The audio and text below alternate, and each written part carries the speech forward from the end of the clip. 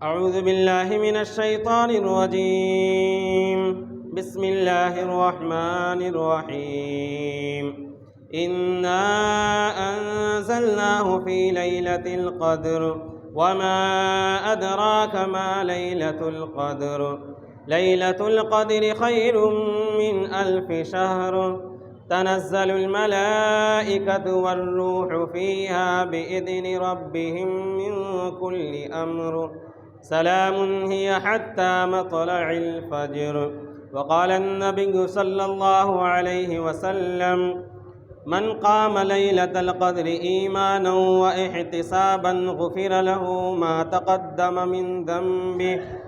رب اشرح لي صدري ويسر لي أمري واحلل عقدة من لساني يفقه قولي. سبحانك لا علم لنا إلا ما علمتنا إنك أنت العليم الحكيم. رب زدني علما وارزقني فهما. اللهم رب زدني علما.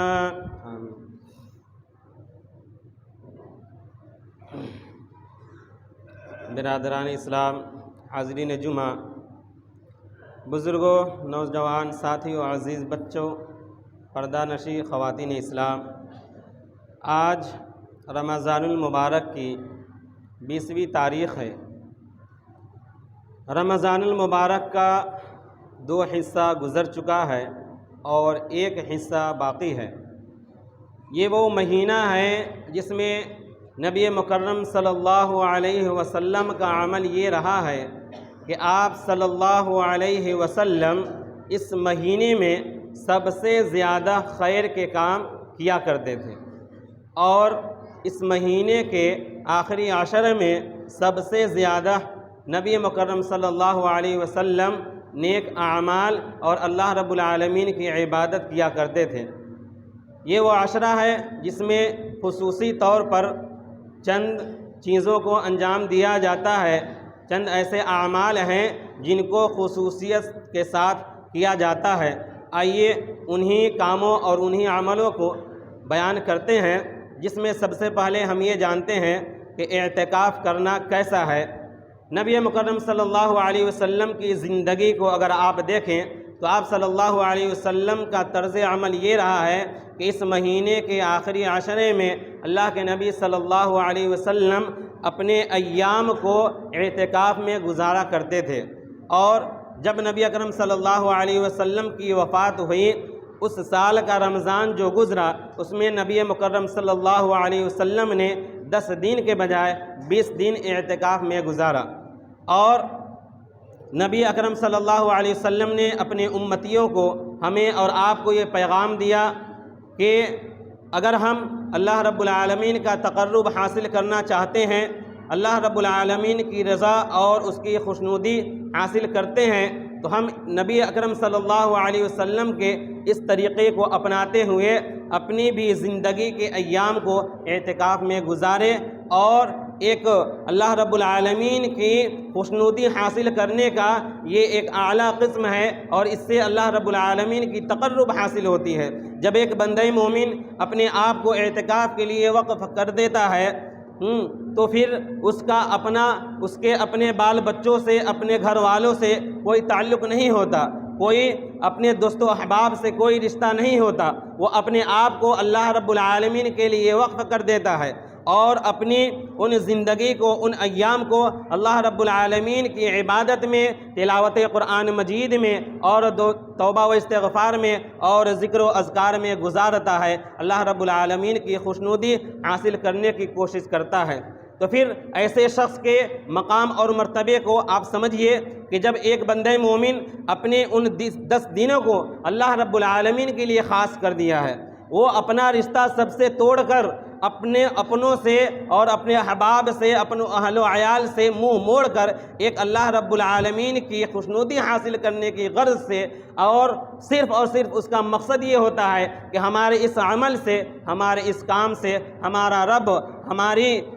اس عبادت کو قبول کر لے اور اس کے ذریعے سے اللہ رب العالمین کی خوشنودی حاصل ہو جائے۔ اس غرض اور اس مقصد کو لے کر جو بندہ مومن اللہ رب العالمین کی بارگاہ میں آتا ہے اور کوئی اختیار کر لیتا ہے اس رب العالمین نے اس بندوں کے لیے مغفرت کا اور اجر عظیم کا وعدہ کیا ہے، وہ اس طریقے سے کہ جب وہ اپنے آپ کو اس میں وقف کر دیتا ہے، اس کا دل اور اس کا دماغ اور اس کا ذہن صرف اور صرف یکسو ہو کر اللہ رب العالمین کو یاد کرتا رہتا ہے، تو یہ وہ عمل ہے جو اس عشرے میں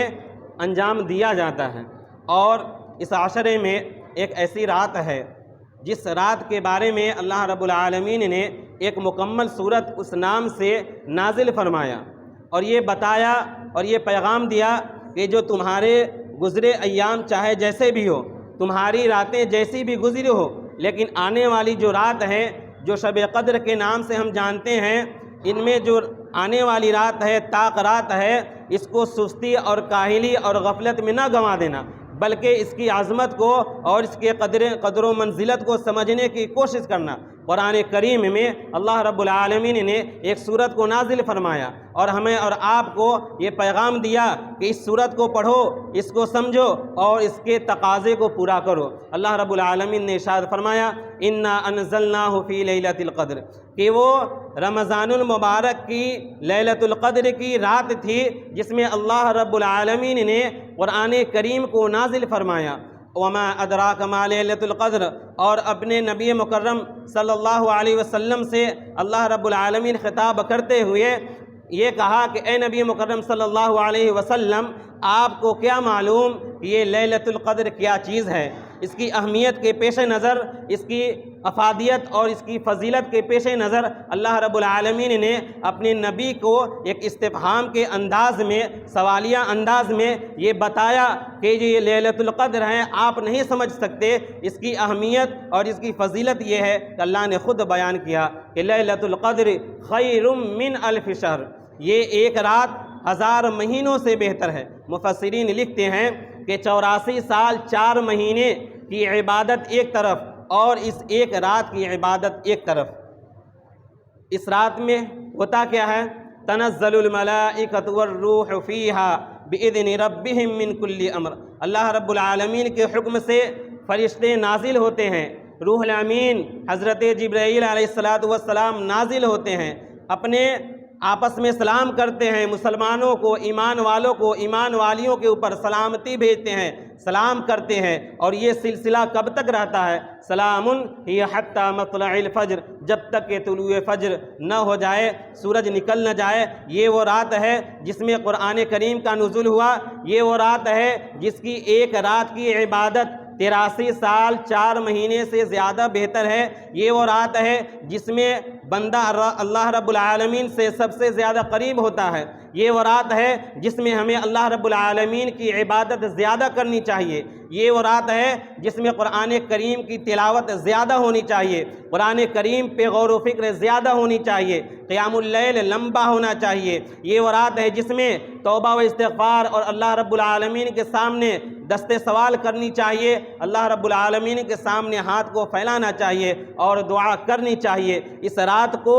سمجھنے کے لیے ہمیں اپنے دماغ کو کھول کر رکھنا ہے اور سمجھنا ہے کہ یہ عام راتوں کی طرح نہیں ہے۔ میرے بھائی، آپ عام دنوں میں، عام راتوں میں کھانا کھا لیتے ہیں، گھوم لیتے ہیں، سو لیتے ہیں، پھر اسی طریقے سے قیام اللیل کرتے ہیں، نہ بھی کرتے ہیں اور سحری کھا کر سو جاتے ہیں، لیکن یہ وہ رات ہے اس کو عام راتوں کی طرح مت بنا دینا۔ یہ وہ رات ہے جس کو عام راتوں کی طرح نہ بنا دینا۔ کیوں؟ اس لیے کہ یہ رات وہ رات ہے جو میں بتایا کہ اس کی ایک رات کی عبادت 83 سال، آپ سمجھ رہے ہیں؟ معمولی بات ہے نہیں۔ اس میں بھی پھر اسی طرح وہی سستی اور آواگمن لگا کر، آمد و رفت کر کے، اور اپنے آپ کو یہ سمجھنا کہ مسجد میں جھاڑو لگا دینا یا اسی طریقے سے انجمن میں چائے کا انتظام کر دینا یا لوگوں کے لیے کچھ میٹھے کا انتظام کر دینا اور اس کے لیے عشاء بعد سے لے کر 12 بجے 1 بجے تک اسی میں لگے رہنا، اپنے وقت کو ضائع کرنا، یہ کوئی عقل مندی کی بات نہیں ہے۔ یقیناً اس میں ثواب ہے، لیکن اس کی مثال وہی ہے جو ہم دیہاتی حضرات کہتے ہیں کہ سونا دہانا جائے، کوئلہ پر چھاپا ماری والی بات۔ اس رات کی اہمیت کو آپ بھول گئے، قرآن کریم کو چھوڑ دیے، قیام کرنا چھوڑ دیے، اللہ کے سامنے ہاتھ نہ اٹھائے، بلکہ وہی لایانی اور فضول باتوں میں عام راتوں کی طرح 5 آدمی 7 آدمی کا جم غفیر بنا کر اور اپنے وقت کو ضائع کر دیا، پھر کوئی فائدہ نہیں ہوا۔ آپ یہ سمجھ لیے کہ رات جاگ لیے، ہماری رات اس طریقے سے گزر گئی کہ ہماری آنکھ بند نہیں ہوئی ہے، ہم شب قدر کو پا لیے۔ نہیں میرے بھائی، ہرگز ایسا نہیں ہو سکتا۔ شب قدر کو پانے کے لیے ہمارے نبی صلی اللہ علیہ وسلم کا عمل یہ رہا ہے کہ آپ صلی اللہ علیہ وسلم خود جاگا کرتے تھے، اپنے اہل و عیال کو جگاتے تھے، اور ہمیں اور آپ کو اس ذریعے یہ پیغام دیا کہ ہم بھی جاگیں، اپنے اہل و عیال کو جگائیں اور اس میں اللہ کی عبادت کریں۔ نبی مکرم صلی اللہ علیہ وسلم کمر بستہ ہو جایا کرتے تھے۔ کیا مطلب یہ ہے کہ چست اور چوکنا ہو جاتے تھے، اور زیادہ چستی کے ساتھ فعال ہو کر اس عشرے میں اور اس رات میں عبادت کیا کرتے تھے۔ اللہ کی تقرب حاصل کرنے کے لیے اپنے آپ کو گنوا دیتے تھے، کھپا دیتے تھے اور لگ جایا کرتے تھے۔ میرے بھائیوں، ان راتوں کو عام راتوں کی طرح نہ بنا دینا۔ اسی طریقے سے اس عشرے میں ایک کام جو انجام دیا جاتا ہے وہ صدقۃ الفطر کے نام سے ہم اسے جانتے ہیں، لیکن ایک اور چھوٹی سی بات جو آپ کے سامنے رکھنی ہے وہ یہ رکھنی ہے کہ گزشتہ خطبہ جمعہ میں آپ نے سنا کہ اللہ رب العالمین نے جہاں سورہ بقرہ میں رمضان المبارک کے مقاصد کو بیان کیا ہے، رمضان کے مسائل کو بیان کیا ہے، پہلے بھی بعد میں بھی اسی بیچ میں ایک آیت اللہ نے بیان کیا جس میں اللہ نے یہ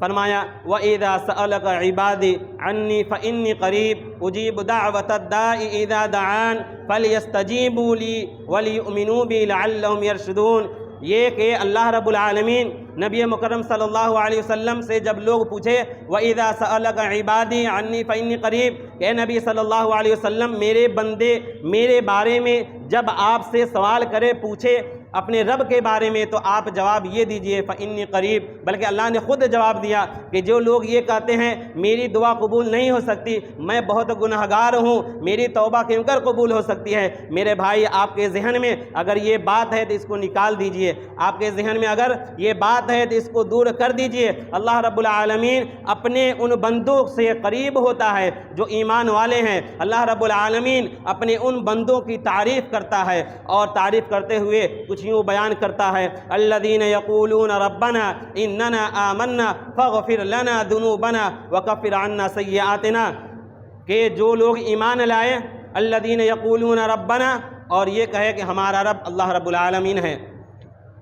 فاغفر لنا ذنوبنا، تو اللہ رب العالمین اپنے اس بندے کے گناہوں کو معاف فرما دیتا ہے۔ بلکہ ہمارا رب اور ہمارا اللہ ہمیں دعوت دیتا ہے اور ہمیں یہ حکم دیتا ہے ایسے بندوں کو جو گناہ کر کے اپنے اوپر زیادتی کر لیا ہے، انہیں یہ پیغام ملتا ہے کہ اے میرے وہ بندو جو گناہ کر کے اگر تم مایوسی کے شکار ہو چکے ہو، تم یہ سمجھ رہے ہو کہ ہماری زندگی، ہمارے لیل و نہار جیسے تیسے گزر چکے ہیں، اب ہم کیا کر سکتے ہیں؟ ایسے لوگوں کو اللہ دعوت دیتا ہے اور یہ پیغام دیتا ہے قُلْ يَا عِبَادِيَ الَّذِينَ أَسْرَفُوا عَلَىٰ أَنفُسِهِمْ لَا تَقْنَطُوا مِن رَحْمَةِ اللَّهِ، جو اپنے اوپر زیادتی کر چکے ہیں، اللہ کی نافرمانی کر کے، اللہ رب العالمین سے بغاوت مول کر، اللہ کی باتوں کو نہ مان کر، اللہ کی باتوں کو چھوڑ کر، اللہ رب العالمین کہتا ہے لا تقنطوا من رحمت اللہ، کہ میری رحمت سے مایوس نہ ہونا، آنے والی رات میں میری رحمت سے مایوس نہ ہونا۔ اپنے ہاتھ کو اٹھا کر دیکھو تو صحیح،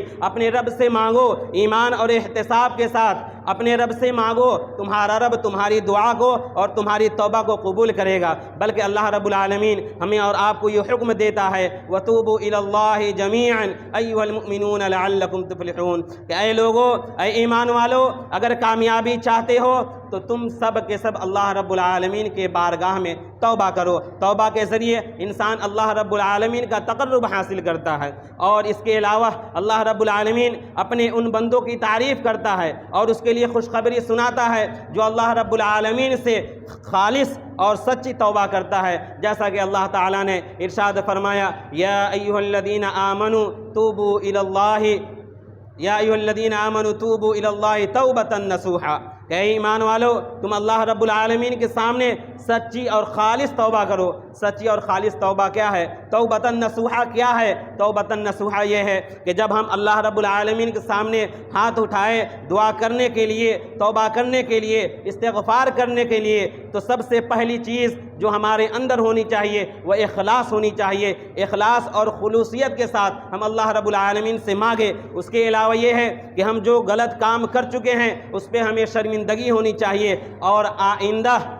آئندہ نہ کرنے کا ارادہ ہونا چاہیے۔ جب ایک بندہ مومن اس عزم کے ساتھ اپنے رب کے سامنے ہاتھ اٹھاتا ہے تو اللہ رب العالمین فرشتوں کو بلا کر یہ کہتا ہے، فرشتوں گواہ رہنا، یہ میرا بندہ دنیا میں کسی کے سامنے ہاتھ نہ پھیلا کر میرے سامنے ہاتھ پھیلایا ہے، یہ سمجھ کر کہ دینے والی ذات ایک ہے، یہ سمجھ کر کہ توبہ قبول کرنے والی ذات ایک ہے، یہ سمجھ کر کہ ہمارے دعاؤں کو قبول کرنے والی ذات وہ ہے جو سب کی سنتا ہے، لہذا وہ میری دعا کو بھی سنے گا۔ اگر اس عزم کے ساتھ ہم اللہ رب العالمین کے بارگاہ میں ہاتھ اٹھاتے ہیں اور دعا مانگتے ہیں، انشاءاللہ العزیز ہماری دعا قبول ہوگی۔ اسی شرط میں ایک شرط یہ ہے کہ اگر ہمارا کوئی کام حقوق العباد کے تعلق سے ہے، اگر ہمارا بھائی ہم سے ناراض ہے، ہم کچھ کہہ دیے یا کچھ ایسا کام کر چکے ہیں جس کام کی وجہ سے اگر ہمارا بھائی ناراض ہے تو ہماری کوشش یہ ہونی چاہیے کہ ہم اس چیز میں، اس عمل میں پہل کریں اور پہل کرنے کے ساتھ ان سے سلام کریں، ان سے معافی مانگ لیں۔ یاد رکھیے، اس بات کو یاد رکھیں، اگر کوئی انسان کسی سے ناراض ہو جاتا ہے، کسی وجہ سے اگر کوئی کسی سے ناراض ہو گیا، دکھی ہو گیا، بات بند ہو گئی، سلام کلام بند ہو گیا، اور اگر وہ چھوٹا ہے، رشتے میں بھی چھوٹا ہے، عمر میں بھی چھوٹا ہے، اور اگر اس کے باوجود چھوٹا ہونے کے اعتبار سے اگر وہ پہل کرتا ہے، یقیناً وہ رشتے میں عمر میں چھوٹا ہے لیکن مقام و مرتبہ میں وہ بڑا ہو جائے گا۔ اسی طریقے سے جو آپ سے بڑے ہیں، جو ہم سے بڑے ہیں، اگر ہم نے کچھ غلطی کر دی ہے، احساس ہمیں ہے، انہیں بھی ہے، لیکن انہوں نے پہل کیا، وہ پہلے آ کر بڑے ہیں رشتے میں، بڑے ہیں عمر میں، لیکن اس کے باوجود پہل کرتے ہیں، سلام کرتے ہیں، مصافحہ کرتے ہیں اور معافی مانگتے ہیں۔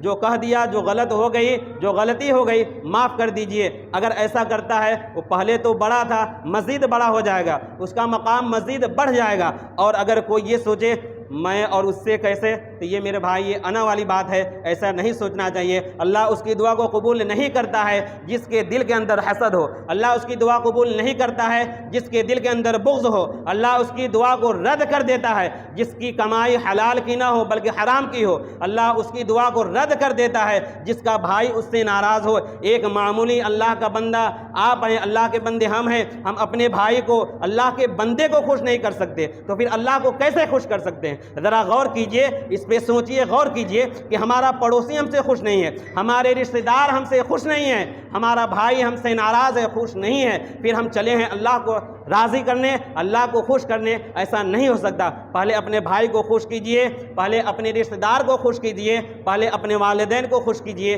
یہ ایک بات یاد آئی، رمضان کا مہینہ تھا یا غالباً کوئی اور مہینہ، نبی مکرم صلی اللہ علیہ وسلم منبر رسول پہ آپ آتے ہیں اور 3 مرتبہ آمین کہتے ہیں۔ مختصر یہ کہ حضرت جبرائیل آمین کہیں، نبی بھی آمین بولے، صحابہ یہ عمل دیکھ کر تعجب میں پڑ گئے، معاملہ کیا ہے، اس سے پہلے کبھی سنا نہیں تھا، دیکھا نہیں تھا۔ تو پتہ یہ چلا جبرائیل امین آئے، ان لوگوں پر لعنت اور ملامت کیے جو لوگ رمضان کا مہینہ پا لیتے ہیں، جو لوگ رمضان کا مہینہ پا لیتے ہیں، رمضان کے مہینے کو پانے کے باوجود اللہ کی عبادت کر کے اللہ کو خوش نہیں کر پاتا ہے، اللہ سے معافی نہیں مانگتا ہے، اللہ سے توبہ و استغفار نہیں کرتا ہے، اپنی پہلی حالت پہ ہی رہتا ہے، اس کے اوپر لعنت ہو فرشتے کی اور رسول کی۔ تو اس پہ اللہ کے نبی نے کہا آمین۔ اسی طریقے سے وہ حضرات جن کے پاس والدین ہیں، ماں اور باپ کی قیمتی پونجی ہیں، اور اس کی خدمت کر کے اس کو خوش نہیں کرتا ہے، اس کے اوپر بھی لعنت اور ملامت ہے۔ اسی طریقے سے جب نبی اکرم صلی اللہ علیہ وسلم کا نام نامی اس میں گرامی آئے اور اپنی زبان کو، ہونٹ کو کوئی نہ ہلائے، یعنی صلی اللہ علیہ وسلم نہ کہے، اس کے اوپر بھی لعنت اور ملامت ہے۔ آپ دیکھیں رمضان کا مہینہ اگر پاتا ہے اور اللہ کی عبادت کر کے اللہ کی خوشنودی حاصل نہیں کرتا ہے، توبہ و استغفار نہیں کرتا ہے، اللہ سے دعا مانگ کر اللہ کو خوش نہیں کرتا ہے، تو پھر ایسے بندے کے اوپر نبی کی اور فرشتوں کی لعنت اور ملامت ہوتی ہے۔ لہٰذا ایسے کام سے ہمیں بچنا ہے، ہمیں ایسے کام سے پرہیز کرنا ہے، اور اس مہینے کے اس آخری عشرے کو مبارک سمجھ کر، غنیمت سمجھ کر، اس کی اہمیت اور فضیلت کو سامنے رکھتے ہوئے ہمیں اپنی زندگی کی جو رات آنے والی ہے اس کو بس یوں ہی لایانی اور فضول کاموں میں نہیں گزارنی ہے، بلکہ ایک ایک لمحہ اور ایک ایک سیکنڈ ہمیں اللہ رب العالمین کی عبادت میں کرنی ہے۔ آپ قیام کیجئے، نفل نماز پڑھیے، آپ تلاوت کیجئے، سبحان اللہ الحمدللہ پڑھیے، اور سب سے اچھی بات یہ حضرت عائشہ رضی اللہ تعالی عنہ نے نبی مکرم صلی اللہ علیہ وسلم سے سوال کیا، پوچھا اے اللہ کے نبی صلی اللہ علیہ وسلم، اگر ہم لیلۃ القدر پا لیں تو ہمارا عمل کیا ہونا چاہیے، ہم کیا کریں؟ اللہ کے نبی صلی اللہ علیہ وسلم نے کہا کہ یہ دعا کثرت سے پڑھا کرو، اللہم انک عفو، اللہم انک عفو تحب العفو فاعف عنی، یا پھر اللہم انک عفو کریم تحب العفو فاعف عنی، اللہ تو انک عفو معاف کرنے والا ہے، معافی کو پسند کرتا ہے، لہذا اے اللہ تو ہمیں معاف کر دے۔ اس دعا کو کثرت سے پڑھا کرے۔ آپ کوئی بھی تسبیح بیان کیجئے، آپ اگر پڑھے نہیں ہیں، آپ کو قرآن پڑھنا نہیں آتا ہے، قرآن پڑھنے والوں کے پاس بیٹھ جائے، کبھی تسبیح بیان کرے، کبھی اس دعا کو پڑھے۔ الغرض یہ کہ آپ کی زبان چلنی چاہیے، آپ عمل میں رہیں، اس رات کو یوں ہی لایانی اور فضول کاموں سے بچائے اور پرہیز کرے۔ آخری بات جو اس آخری ایام میں انجام دینے کو ہے، جسے ہم صدقۃ الفطر کے نام سے جانتے ہیں، اس کے ضمن میں نبی مکرم صلی اللہ علیہ وسلم نے کہا کہ صدقۃ الفطر ہر مسلمان پر فرض ہے، چاہے وہ عاقل ہو، بالغ ہو، بچے ہو، جوان ہو، بوڑھے ہو، غلام ہو، آزاد ہو۔ الغرض یہ کہ سب کے اوپر فرض ہے، حتیٰ کہ نماز عید سے پہلے اگر کوئی بچہ پیدا ہو جائے اور ہم عید کی نماز ادا کرنے جا رہے ہیں، اس سے پہلے ہمارے گھر میں بچہ پیدا ہو جائے، اس کی طرف سے بھی صدقۃ الفطر ادا کرنی ہے۔ تو اس چیز کو سمجھیے، اس کا ادا کرنا، کیا ادا کرنا ہے، کیا چیز دینی ہے، اس پہ نبی مکرم صلی اللہ علیہ وسلم اور صحابہ کا عمل کیا رہا ہے۔ تو اس وقت جو ان کے یہاں رواج تھا، جو کھانے کی اشیاء تھی، وہ لوگ جو چیز کھایا کرتے تھے، مثال کے طور پر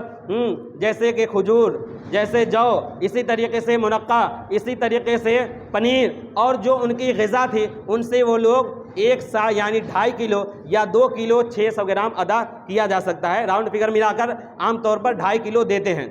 اب اگر ہم اس کے عوض میں مثال کے طور پر ہم جہاں رہتے ہیں، ہماری جو خوراک ہے، ہم جو کھاتے ہیں وہ روٹی یا چاول کھاتے ہیں، بھات کھاتے ہیں، تو اس اعتبار سے ہمیں وہ دینا ہے۔ تو کیا ہم اس میں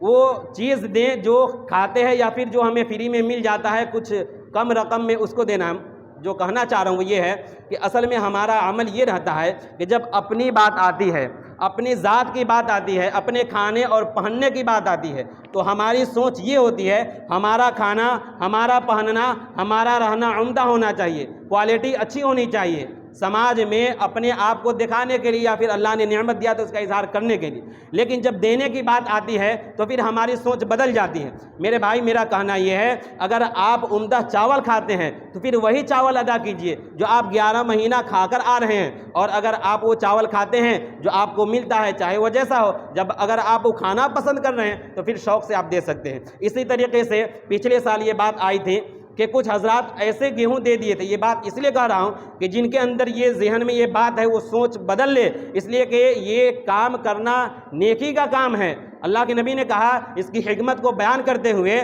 کہ صدقۃ الفطر ادا کرنے کے 2 فوائد ہیں۔ ایک فائدہ یہ ہے کہ رمضان میں جو ہم روزہ رکھے ہیں، اس کے اندر جو لغویات ہے یا کچھ کمی رہ جائے کسی قسم کی، وہ پورا ہو جاتا ہے۔ اسی طریقے سے ہمارے جو بھائی غریب، مسکین، لاچار، مجبور ہیں، ان کو کچھ کھانے کو مل جاتا ہے، تو یہ اس کا فائدہ ہے۔ لیکن جب ہم دینے کی بات آتی ہے تو ایسا اناج اٹھا کر لے جاتے ہیں جو بالکل آگے کا ہوتا ہے، یا پھر اس میں کوئی کیڑا گھن وغیرہ لگا رہتا ہے۔ پچھلے سال یہ بات سننے کو آئی تھی کہ کچھ حضرات ایسا گیہوں جمع کیے جس کی وجہ سے بقیہ تمام گیہوں میں گھن لگ گیا تھا۔ بہت افسوس کی بات ہے، ہم اپنے اوپر، اپنی ذات پر اتنا عمدہ خرچ کرتے ہیں، لیکن جب وہی اللہ اس کے رسول کے راستے میں دینے کی بات آ جائے جس سے اپنا ذاتی فائدہ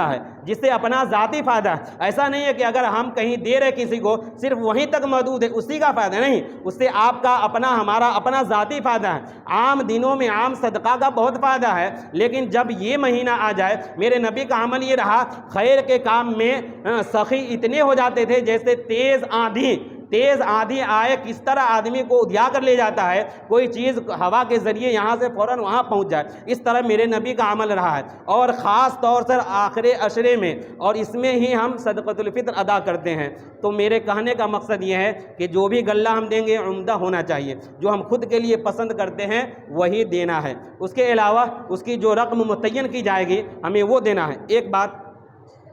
جہاں ہم رہتے ہیں، جس سماج میں ہماری زندگی گزرتی ہے، اگر یہاں کوئی انتظام ہے، منتظمین حضرات اگر کوئی انتظام کیے ہیں اجتماعی طور پر، کوئی کمیٹی ہے، بیت المال ہے، عمارت ہے، تو پھر ہماری آپ کی یہ ذمہ داری بنتی ہے، ہماری اور آپ کی سبوں کی یہ ذمہ داری بنتی ہے کہ ہم اجتماعیت کے ساتھ وہاں اس جگہ پر جمع کریں، ورنہ صدقۃ الفطر کو ہم سمجھیں گے کہ ہم اپنے اعتبار سے دے دیں۔ تو اس چیز کو یاد رکھیے گا کہ جہاں اگر انتظام ہے اجتماعی طور پر بیت المال کی شکل میں، عمارت کی شکل میں، یا کسی تنظیم کسی بھی نام سے ہو، تو وہاں پھر انفرادی دینا ہمارے اور آپ کے لیے جائز نہیں ہے، یہ فتنے کا سبب ہے۔ اتحاد اس میں ہے، اجتماعیت میں ہے، لہذا ہماری آپ کی سبوں کی ذمہ داری بنتی ہے، ہمیں جو دینا ہو، غلہ دینا ہو، روپیہ پیسہ دینا ہو، ہمارے لیے جس محلے کے جو ذمہ دار ہو، ہماری اپنی ذمہ داری بنتی ہے کہ ہم وہاں لے جا کر پہنچائیں۔ اس کے بعد آگے کا ہمیں انفرادی طور پہ نہیں سوچنا ہے، ہم نے ان کو زید کو ذمہ دار بنا دیا ہے، اب زید کی ذمہ داری ہے اگر عید کے دن کوئی غریب یا کوئی فقیر نہیں کھاتا ہے یا اس کے بدن پہ عمدہ کپڑا نہیں ہوتا ہے، ہم پر یہ ذمہ ہے، ہم نے صدقہ دے دیا، اب زید کی ذمہ داری تھی کہ وہ گھوم کر معلوم کرے، امیر صاحب کی ذمہ داری تھی، ان کے رفقا کی ذمہ داری تھی، جو منتظمین چلا رہے انتظامیہ حضرات ہیں ان کی ذمہ داری، ہم دے دی، ہم پر یہ ذمہ ہو گیا، ہماری کوئی ذمہ داری نہیں، ہماری ذمہ داری بس اتنی تھی کہ ہم وہاں تک لے جا کر پہنچا دیں، ہم پہنچا دیے، ہماری ذمہ داری ختم۔ اور اگر کوئی اس طرح چھوٹ جاتا ہے وہ ان کی ذمہ داری ہے، اس کی سزا یا اس کا وبال یا اس کا گناہ اس کے سر پہ، ہمارے اوپر نہیں ہے۔ لہذا یہ سوچنا کہ ہم اپنا فطرہ ہم اس کو دے دیں گے تو پھر وہ عام فطرہ ہو جائے گا، جو عام صدقہ کہتے ہیں، عام ثواب ہوگا۔ یہ خاص فطرہ ہے، اس کی خاص رقم ہوتی ہے اور اس کی خاص جگہ متعین ہوتی ہے۔ لہذا اللہ رب العالمین سے دعا ہے کہ بار الہ ہمیں اس عشرے میں زیادہ سے زیادہ نیک عمل کرنے کی توفیق عنایت فرمائے۔ اللہ رب العالمین ہمیں لمبا قیام کرنے کی بھی توفیق عنایت فرمائے، تلاوت قرآن اور قرآن کو پڑھنے اور اس پہ غور و فکر کرنے، اسی طریقے سے عمل صالح مجموعی طور پر کرنے کی توفیق عنایت فرمائے، آمین۔